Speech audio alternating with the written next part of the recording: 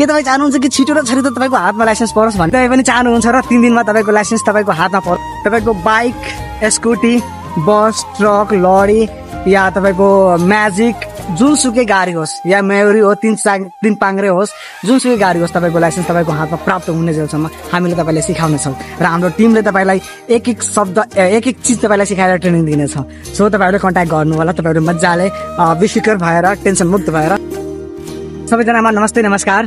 म चाहिँ राजु गुप्ता, जुन चाहिँ तपाईँ चिन्नुहुन्छ है। म चाहिँ ब्लग भिडियो बनाउने गर्छु र आजको भिडियो केही विशेष म लिएर आएको छु उहाँहरूको लागि जसको चाहिँ ट्रायल लिखितमा समस्या भइरहेको हुन्छ।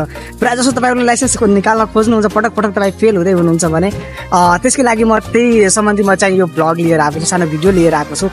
म एउटा के जानकारी दिन चाहन्छु, तपाईँ चाहनुहुन्छ कि छिटो र छिटो तपाईँको हातमा लाइसेन्स परोस् भने हामीलाई कन्ट्याक्ट गर्नु होला। किनभने हामीले लिएर आएको छौँ तपाईँहरूको लागि 3 दिनभित्रै 3 दिनमा नै तपाईँको लाइसेन्स तपाईँको हातमा हुने गरी तपाईँले ट्रेनिङ दिएर तपाईँले सिकाएर बुझाएर तपाईँको लाइसेन्स प्राप्त गराउने जिम्मा अब हामीहरूको भयो। त्यो चाहिँ नेपालको जुनसुकै ठाउँबाट तपाईँ लाइसेन्स निकाल्न चाहनुहुन्छ भने तपाईँको केही लिखितमा समस्या भइरहेछ, ट्रायलमा समस्या भइरहेछ, जुनसुकै पार्टमा समस्या भइरहेछ, हामीलाई दिएको नम्बरमा कन्ट्याक्ट गर्नु होला। हामीले त्यसको सल्युसन र समाधान हामी दिनेछौँ।